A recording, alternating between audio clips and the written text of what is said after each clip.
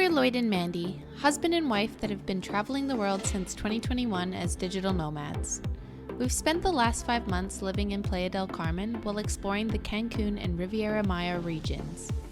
Today we're sharing with you our ultimate guide to Cancun and the Riviera Maya based on our experience in the area.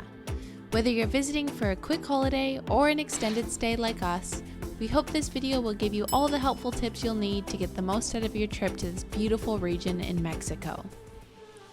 Cancun. Cancun is a Mexican city located in the state of Quintana Roo and is the most populous city in the state with almost 1 million residents. Cancun Airport is the gateway to the Riviera Maya and is Mexico's second busiest airport after Mexico City. Despite the recent pandemic in 2021, Cancun Airport handled over 22 million passengers and over 30 million passengers in 2022. It's important to note that unlike other airports in Mexico, when you arrive in Cancun, you will automatically have your passport stamped for a 6-month visa. So if you plan on visiting the Riviera Maya for an extended trip, we highly recommend making Cancun your first port of entry. Known for its 5-star resorts, entertainment district, and pristine beaches, Cancun is the traditional landing spot for most tourists traveling to the area. Although we haven't spent a lot of time in Cancun outside of the all-inclusive resorts we've stayed at, mostly due to high prices of transportation and accommodation, it is a great place to start your travels as there are so many places to go and things to do from the city. If you're looking for an all-inclusive holiday, we highly recommend the Wyndham Ultra Resort. Although we only spent 24 hours at the resort, we thoroughly enjoyed our stay. The food was second to none and the service was 5-star. We also stayed at the worst rated resort in Cancun. We can tell you from experience there is no comparison. We will leave a link to both resorts in the description. From Cancun, you can take a quick ferry ride to either Isla Mujeres or Isla Holbox. Both are amazingly stunning islands, but for us, Holbox takes the cake. Isla Holbox is located just 60 kilometers from Cancun and is accessible by ferry. The island itself is stunning and is 40 kilometers long and only 2 kilometers wide, with about 34 kilometers of beach to the north. The boat to Holbox leaves from the port of Chiquila daily from 6 a.m. to 9:30 p.m. every half an hour. The ferry costs around $7 and crossing to the island takes about 20 minutes. We spent a couple of days exploring the island by bicycle, which costs around 250 pesos for 24 hours. There's also an option to hire a golf cart on the island as there is no paved roads or cars on Holbox. However, be prepared to pay much higher amount for this option. Holbox itself still feels relatively untouched in comparison to some of the other islands in the area, which made it one of our favorite spots to visit during our time in Mexico. Accommodation is relatively cheap on Holbox. We stayed at Villas El Jardín, which cost us around $150 for 2 nights. The hotel itself was quite reasonable, however the location was the biggest selling point as it was right in the middle of the downtown area, making it easy to get around. If you're visiting the island, there are 2 key things you must do during your stay. Number 1, visit Punta Mosquito. Punta Mosquito is located to the northern tip of the island and is accessible by bike, golf cart, or our preferred method, walking the huge stretch of sandbanks surrounded by pristine crystal blue waters. If you're lucky enough to be on Holbox during the summer months, chances are you'll get to see some of the amazing local wildlife, including pink flamingos that migrate to the area. Number 2, bioluminescence. Because on the island of Holbox there is a large number of species known as phytoplankton, a luminescent effect is generated underwater at night in just a few select places. Therefore, you will need to book a tour in order to see the bioluminescence, and depending on the time of year, you may need to take the tour either very late at night or very early in the morning. Isla Mujeres. Isla Mujeres, translated in English, is the island of women. It's known for its warm and transparent waters, which make it the perfect home for dolphins and turtles, and swimming with them there is one of the most popular activities that can be done. To get to the island, you have to take a ferry from Puerto Juarez. The crossing takes 15 minutes and will cost you around $20 return. Although there are cars and paved roads on the island, the most popular mode of transport is by golf cart, However, be prepared to pay around $80 per day for rental. We opted for a scooter which cost us around 700 pesos for 24 hours. The most popular beach on Isla Mujeres is Playa Norte, which is especially beautiful due to the fact that it's one of the only beaches in the area that doesn't seem to attract any sargassum. Isla Mujeres has some amazing restaurants and bars, although don't expect much to be open past midnight. We had the pleasure of staying in a unique Airbnb while on the island, which was a docked sailboat. The area was very quiet and relaxing, and the hosts were amazing. It also happened to be attached to an authentic Italian restaurant that serves some of the best pizza we have ever tasted. Isla Contoy. Isla Contoy is a small island around 30 kilometers north of Isla Mujeres. The island is only 8.5 kilometers in length and has an area just over 3 square kilometers. Since 1961, Isla Contoy is protected by the Mexican government and was declared a national park in February of 1998. Supervised ecotourism and regulated commercial fishing are allowed on and near the island.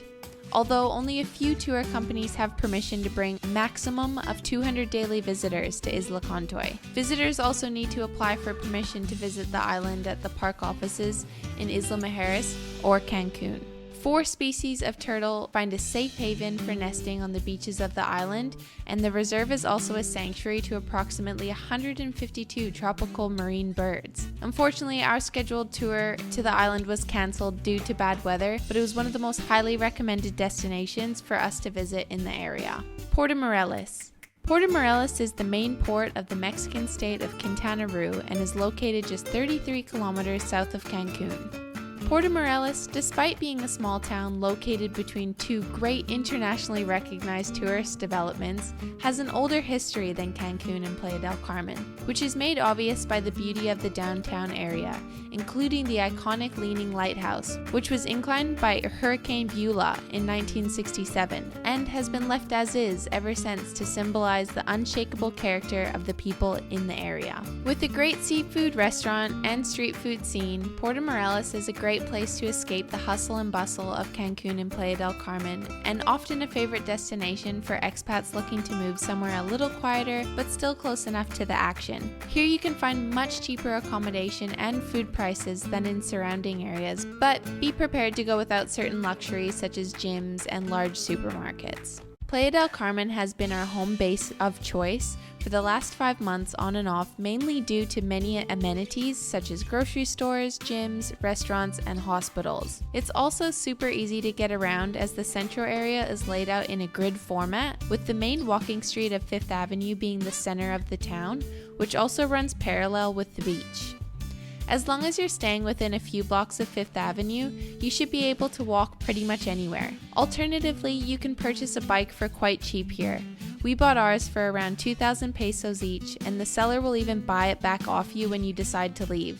We'll leave a link down below in the description. Although there are a lot of affordable options for accommodation in Playa del Carmen, it really depends on where you want to stay. If you're close to the action of 5th Avenue, expect to pay around $2,000 per month. The further you get back from the centro area, the cheaper your accommodation will be. Our 1-bedroom apartment, which is only 1 block back from 5th Avenue, but down the quieter end of town, costs us around $900 per month. While it isn't anything amazing, it has everything we need, including fast internet, a balcony, and a rooftop pool.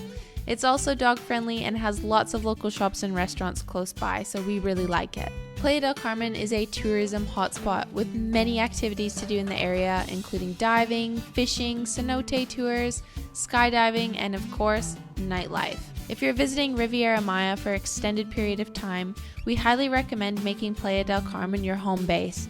It's centrally located, and although it attracts a lot of tourists, it still has a large expat and digital nomad community. Cozumel. The island of Cozumel is located around 20 kilometers off the coast of Playa del Carmen and is accessible by ferry. There are 2 main ferry companies that run to Cozumel, Windjet and Ultramar, which both run daily every 30 minutes. The cost is relatively cheap at only $7 each way, and both are pet friendly. The island of Cozumel is about 48 kilometers long and 16 kilometers wide. You can actually drive around the whole island in just under an hour. The best way to get around is by scooter or jeep. We opted for a jeep when we visited, as we had our dog Bear with us. The Jeep cost us around $95 for 24 hours, but was worth every cent as the drive around the island is simply breathtaking. We stopped at possibly one of our favorite beaches in the area, Playa del Rio, which was a dog-friendly beach with a restaurant close by. You can rent an umbrella there for a day for a small fee and spend the day in the shallow rock pools or simply sit back and relax while sipping your favorite drink.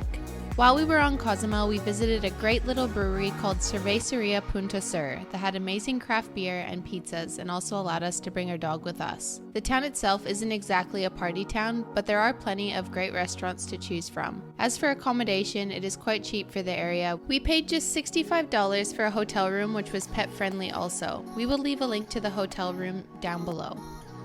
Akumal. Akumal is a coastal resort about 30 minutes south of Playa del Carmen. Akumal Beach has white sands, a coral reef, and warm waters rich in marine life, including turtles. To the north, Half Moon Bay has a curved beach, while Yalku Lagoon teems with colorful tropical fish, plus stingrays and barracudas. We visited both the beach and the lagoon while we were in Akumal, and we found the lagoon to be very refreshing, although a little crowded. Akumal is mostly famous as a destination for snorkeling, where visitors can swim with endangered green sea turtles who visit the shallow bay to feed on seagrass. However, even if you aren't into snorkeling, be prepared to pay an entrance fee to the beach as it is a protected area. To be honest, it wasn't one of our favorite places to visit. When we went, it was quite crowded, and unless you're really into snorkeling and don't mind paying a large fee, there isn't really much else to do in the town itself. It's quite small. Tulum. Tulum is known for its beaches and well-preserved ruins in an ancient Mayan port city. The main building is a large stone structure called El Castillo, which sits on a rocky cliff above the white sand beach and turquoise sea. Near the ruins is the Parque Nacional Tulum, a coastal area with mangroves and cenotes. There are plenty of cenotes to visit in the area, including El Gran, Calavera, Escondido, Dos Ojos, Tortuga, and many more. Tulum is known for its more laid-back hippie vibe than Playa del Carmen and Cancun, with lots of boho-style bars and restaurants downtown, as well as the hotel zone near the beach. If you're staying downtown, you will need some form of transportation to get to the beach, as taxis can be quite expensive. We were lucky enough to visit one of the oldest Mexican restaurants in Tulum called Don Cafeto, where we ate some delicious, authentic Mexican food while street performers danced for us. While Tulum was one of our favorite places to visit, the layout of the city isn't the best for getting around, which is the reason we decided not to make it our home base. While we were in Tulum, we stayed at the beautiful Moroccan-themed Layla Boutique Hotel. We highly recommend this hotel as it was close to downtown and also offered an amazing rooftop pool and bar, as well as a second-to-none service. Rooms at the Layla Hotel start from around $160, but if you use our exclusive booking platform, you can expect to save up to 70% on resorts and hotels, not to mention we receive a small commission for every booking, so you're helping our channel. Bacalar. Last but not least is Bacalar. Bacalar is a small town around 3 hours south of Playa del Carmen, not far from the Belize border.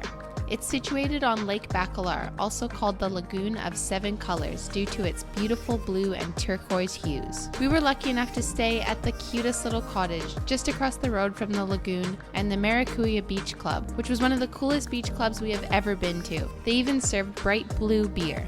This was another dog-friendly destination, as not only were we able to bring Bear to our Airbnb, but he was welcome to come to the beach club too.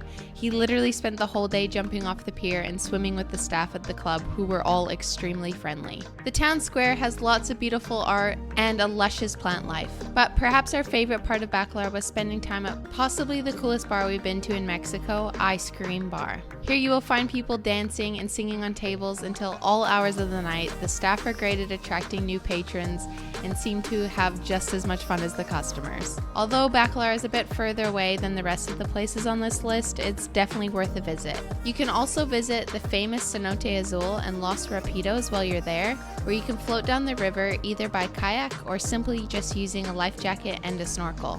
So that's it for our guide to the Riviera Maya. We hope you found this video helpful, and if you did, please remember to like this video and subscribe, as it really helps us and gives us the opportunity to keep putting out videos like this one. See you guys in the next one.